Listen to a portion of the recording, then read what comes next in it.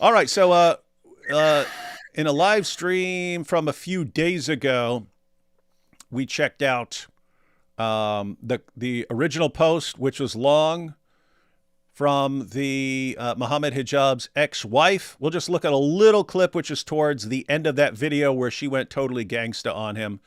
Just to recap, we'll share a little clip of that. Here we go. I wanted to have a good life, I wanted to have a family, I wanted to be happy.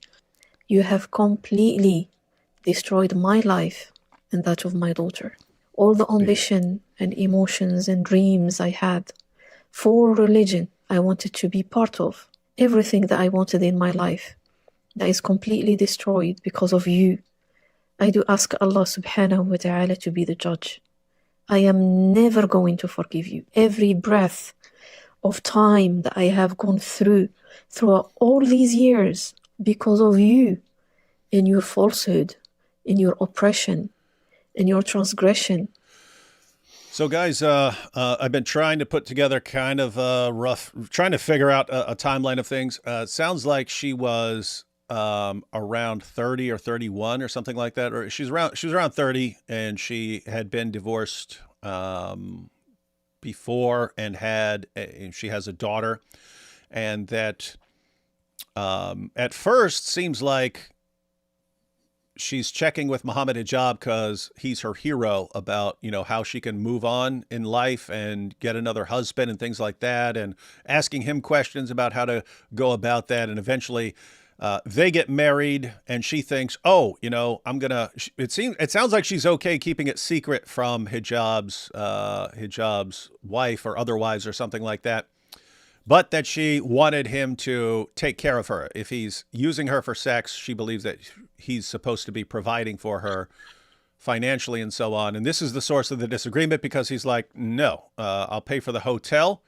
and I gave you some money at the beginning, and that's it. That's all you ever get from me, is I pay for the hotel room from now on.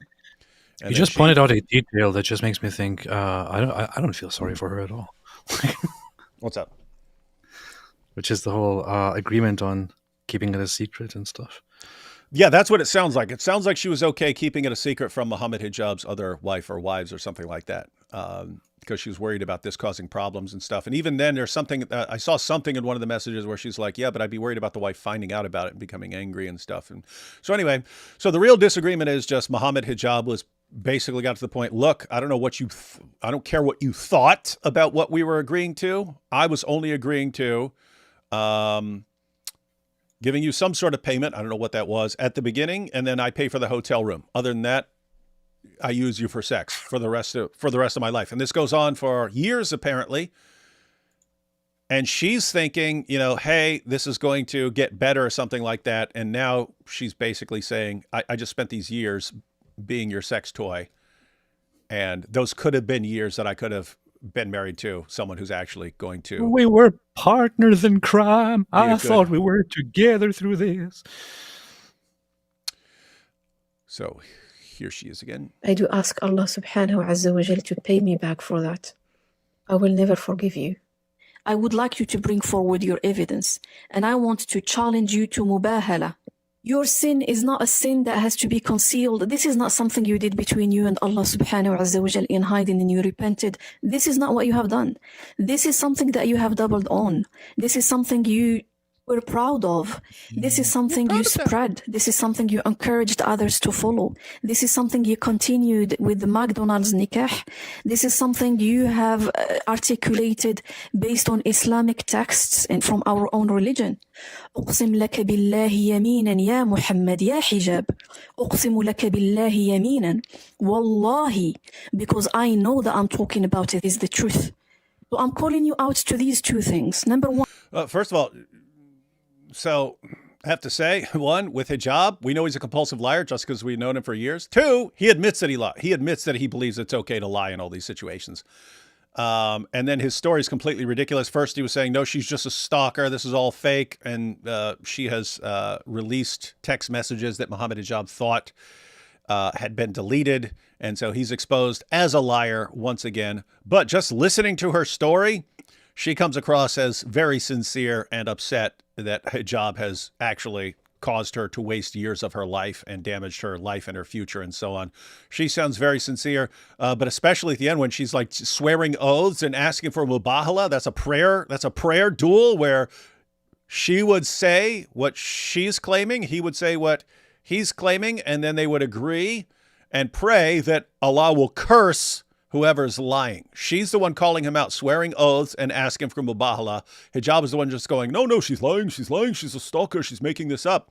But doesn't seem willing to enter into this prayer battle with her. And where are his What oaths?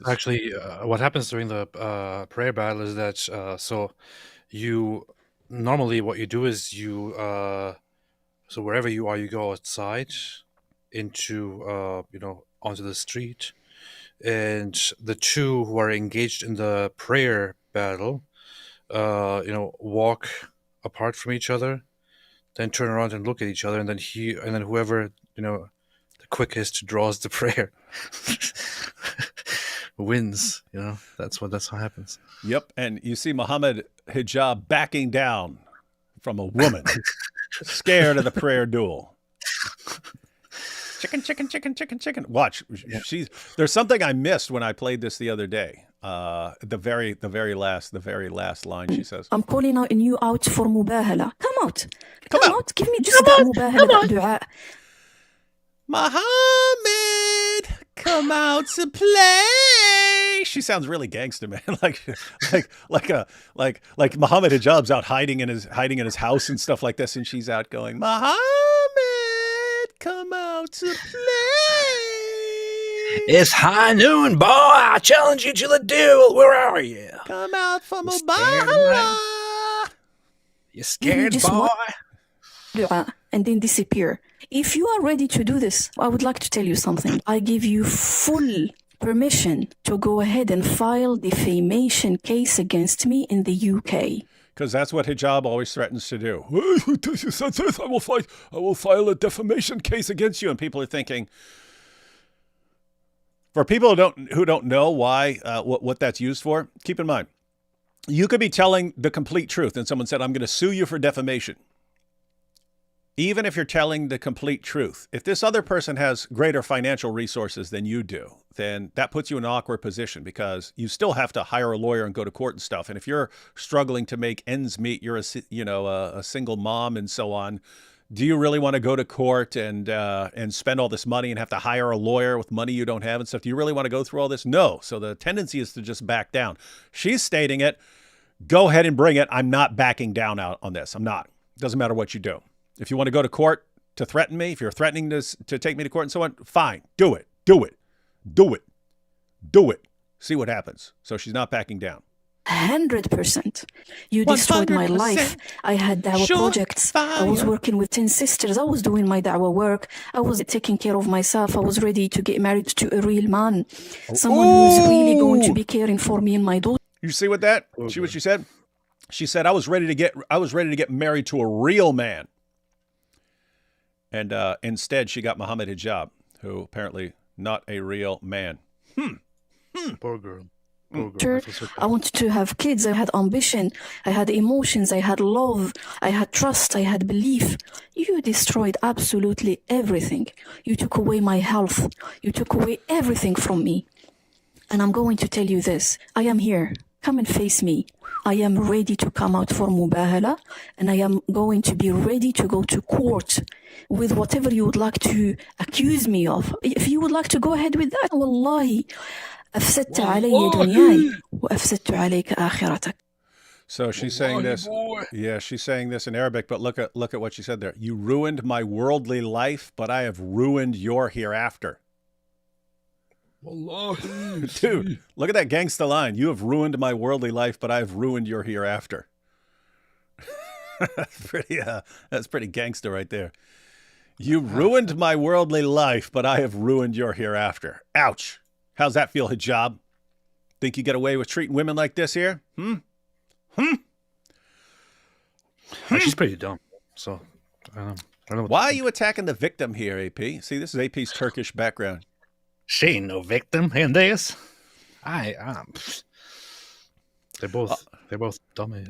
All right, so that's the video that was posted, I don't even know at this point, like a week ago or something like that. So that was posted like a week ago, and then Hijab responded, and then we've got the latest stuff that came out. Watch the beginning of this video.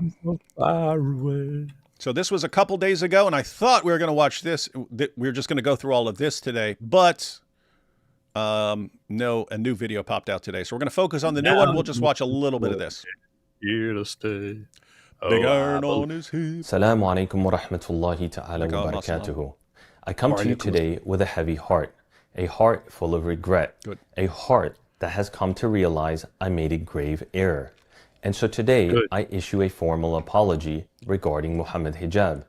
This is an individual who has amassed credentials, who's been listed amongst the top 500 most influential Muslims in the world, who engages in high But who's at the top of the list of critics of Islam? level academic discourse and debates atheists, liberals, feminists, you name it. No, he doesn't. Not anymore. It was wrong of me to question such a man without evidence.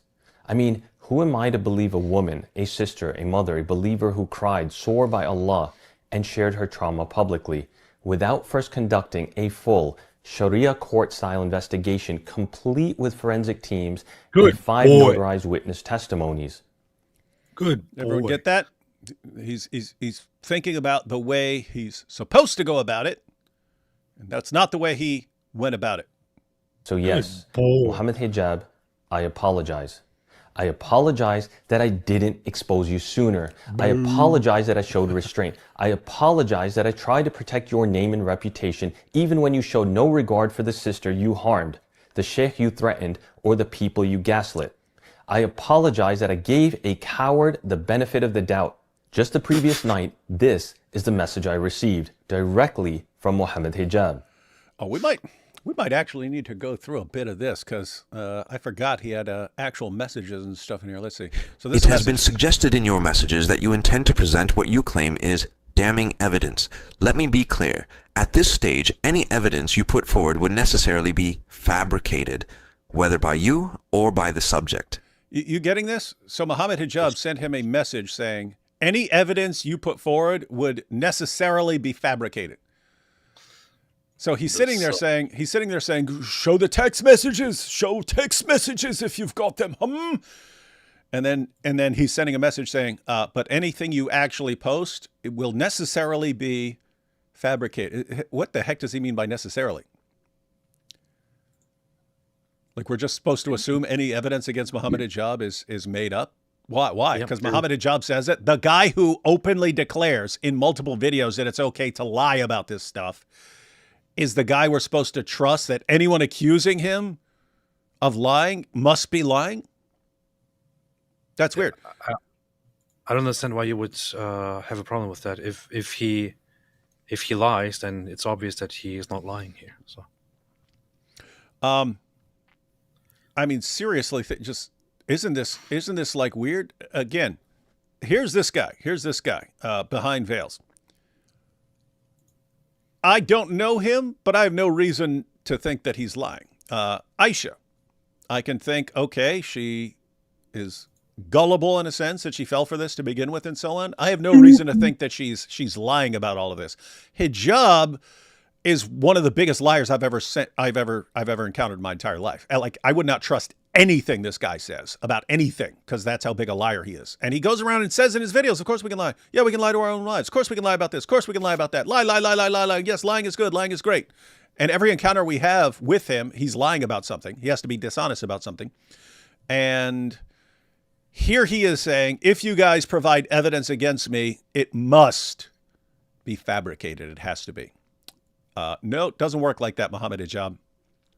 Here's tactic number 1. Preemptive gaslighting. He doesn't wait for evidence to be presented. He discredits it before it even exists. That's a classic narcissistic move. Redefine reality before it unfolds. Frame the narrative early and plant doubt. He continues. I wonder, anyone know this guy? Does he have like a background in psychology or something like this? Or this just a little pastime? Because he does seem to know like how to call out specific manipulation tactics. So he's studied this at some point. I'm writing to make one thing clear. The information we possess is not only authentic, but far more damning than anything you might contrive. Here's tactic number 2, threat of counter-exposure. He's not denying the allegation. He's threatening to reveal, quote, damning information, implying blackmail, without actually revealing anything, just enough to instill fear. Yeah, did you guys catch that? That was the message. Hey, if you guys are going through with this, just so you know, I have stuff I'm going to bring against her. Do you really want to do that? Do you really want to do this? So that's Mohammed Hijab. That's Andrew Tate. Oh, you're going to call me out for doing this, but guess what? We're going to be coming after you. Vague, ambiguous, and intentional. He then states, We have maintained extensive and precise notes on your conduct, including your involvement in the matter with Dunya. When these facts emerge, your credibility will be irreparably destroyed. You get that? So now it's threatening him. So do you want us going after you? Because you're playing a role in helping this woman. Do you want us going after you and destroying your credibility? So threatening this guy for helping this woman. this is surveillance rhetoric.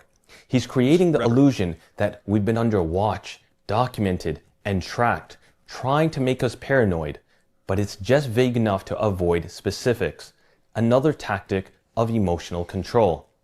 He states, More importantly, you must consider the ethical ramifications. The woman at the center of this issue has, on multiple occasions, shown signs of psychological instability. this is character assassination, masked. Guys, when I've said in the past that manipulators look for soft targets, and that your goal in dealing with a manipulator shouldn't be to just convince a manipulator that manipulating is wrong. You won't do that. You're dealing with narcissists and psychopaths. You're not going to convince them to change because something is wrong. The only thing you can do is convince them that their manipulation tactics don't work, right? Because the reason a manipulator manipulates is because it's built into his mind that the easiest way to get what he wants in life is to get others to do it for him, right? The best way for me to get whatever I want in my life is to dupe people into doing it for me. That's the mindset of a manipulator. Well, guess what? That works. That works. You can get people to do what you want. And so the point of becoming a hard target, or someone who isn't easy to manipulate, is to convince the manipulator that the tactics don't work, and ultimately to get him to stop using those tactics and actually do things for himself instead of just duping other people into doing it for him. But this is a good example of what a hard target is like. Hijab has the same tools he used to manipulate his gullible fans all the time. And then he tries the exact same thing with this guy, and this guy's breaking down the manipulation tactics as Hijab is doing it. And guess what? That's painful for someone like Mohammed Hijab, because realizing, wait a minute, this is how I deal with things, and it's just not working. As concern. He labels her unstable, not through evidence, but through innuendo. He paints her as mentally unfit, setting the stage to discredit anything she says. It's a way to invalidate her trauma before the world hears it. He continues, Particularly through obsessive comments that we have both observed, along with other concerning behavioral patterns. Notice the shift to we. Now suddenly, he's enlisting my own witness role against her. It's an attempt to plant shared guilt and manipulate my allegiance, as if I've already seen her, quote, instability, and I just haven't admitted it yet. He states, Based on these signs, there is a very real danger that she may harm herself under pressure. This is weaponized guilt. He's placing her mental health and the weight of any tragedy on my shoulders. If she breaks under pressure, I am to blame. This is not concern. so filthy. It is emotion. What? This is so filthy. I know, isn't it? But I mean, again, you're dealing with a manipulator who learned to use his manipulation tactics to dupe the ummah into just making him the center of their world and so on, and to get anything he wants. And then he's using the same tactics to silence a woman who claims that her life was ruined by being on the receiving end of how he really is. And What's the response? Hey guys, yep, I've been wrong. I did treat her terribly. I'm going to take steps to reform my behavior to make sure I don't hurt people like this. No, he's there to attack her and by silence her. blackmail. He continues by saying, Should that happen, the psychological toll on her side would be deep and enduring. That outcome would be on you. Did you catch this? Guys, look at this level of manipulation here. So she's going to be exposed, and that's going to damage her. But think about the child. Think about the child. The psychological toll that her child would be deep and enduring. The psychological toll. That outcome would be on you. So you are if you, guys, I mean, think about what's going on here.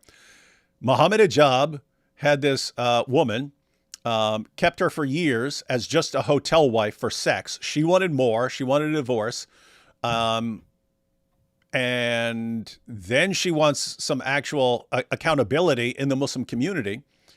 And what happens when she exposes him? Because she tried to go about this by going to Ali Dawa and Hamza Tortis and stuff like this to try and get them to help her with this situation. She tried to deal with it behind the scenes through a sheikh and so on.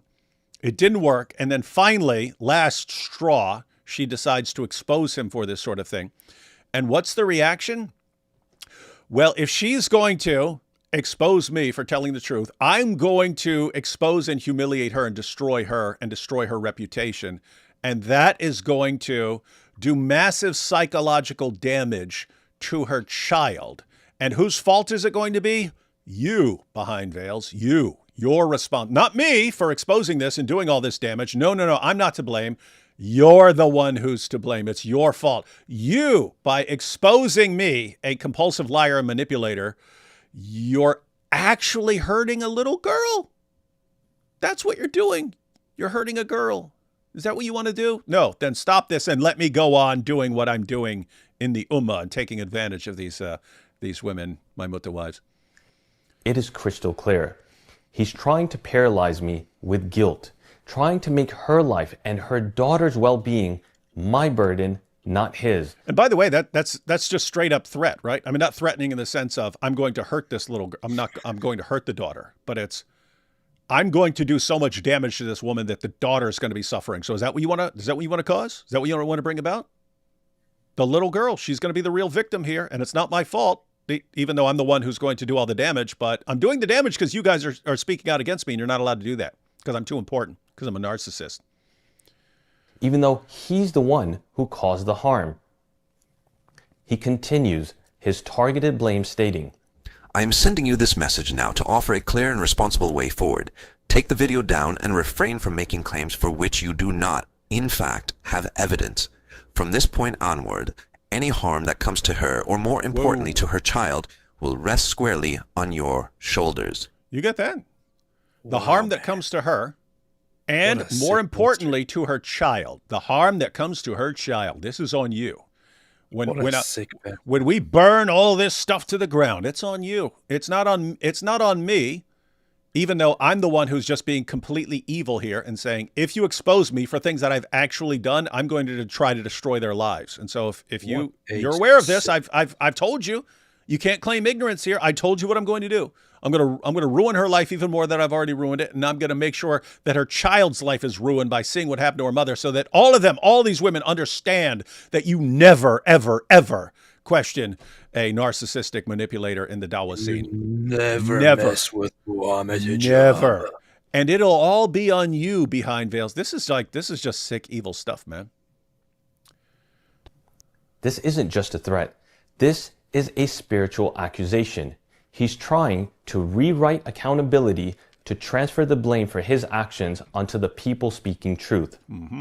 It's the hallmark of an abuser. It is. Make the victim seem dangerous. Mm-hmm. Make the advocate the villain. Uh-huh. And cast yourself as the misunderstood protector. That's that Darvo stuff. He begins to conclude by stating, Let me be clear. If you step back now and act with restraint, this ends here. Guys, you think about this? I'm going to destroy this woman's life and her daughter's life, and implicate you so that you take the blame for causing all of this. But if you stop right now, you have the ability to stop all this right now. You have the ability to protect the woman and her daughter and your own reputation by just ending this now and taking stuff down and pretending I never did any of the stuff that I obviously did. If this was all just, if this was obviously all false, I'm pretty sure that there would be nothing getting in the way of simply suing these people for Mohammed Hijab. Then Mohammed Hijab should just sue these people. Why doesn't he do that?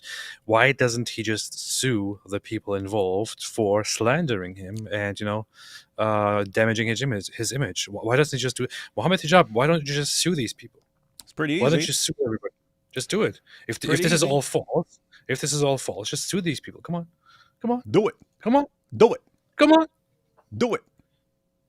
But if you persist, we will respond fully, and the consequences will be permanent. Permanent consequences. Not legal, not moral, not spiritual. Permanent. That's as close as you can get to a threat without explicitly saying it. And we've already seen, remember the tweets, Mohammed Hijab specializes in making his threat clear, like with the threats of torture and raping and so on to women. But then he'll add words to where, what? A threat? What? That's what he does. So this guy's picking up on the exact same thing. It's the psychological equivalent of a loaded gun laid out on the table. He wraps up by saying, What is done, but what is undone can still be done. What a scumbag. You see this? What is done, meaning no matter what I did to her or how I affected her or how much damage I did to this woman's life, it's already done. You can't fix that now.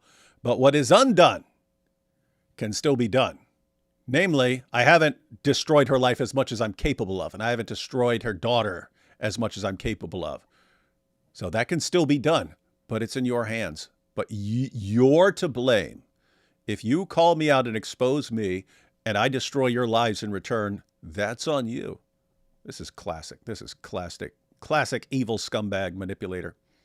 Classic. Habibi, we do not need Shakespeare here. Cryptic, ominous, deliberately unsettling. It's the final intimidation tactic. Mm-hmm. The message is clear. Back down or brace for destruction. Mm-hmm. And yet people will still ask me why I didn't stay silent. All right, guys. We're about halfway through this video. I'm going to go ahead and stop this here, but you can go on Behind Veil's channel, and I have a link to, I think, the most recent video in the description. But we want to get to the most recent video, so he continues here and telling Hijab that he's not going to back down and that more information is going to come out. But the reason why I don't need to play that, him telling Mohammed Hijab that more stuff is going to come out, is because more stuff has already come out.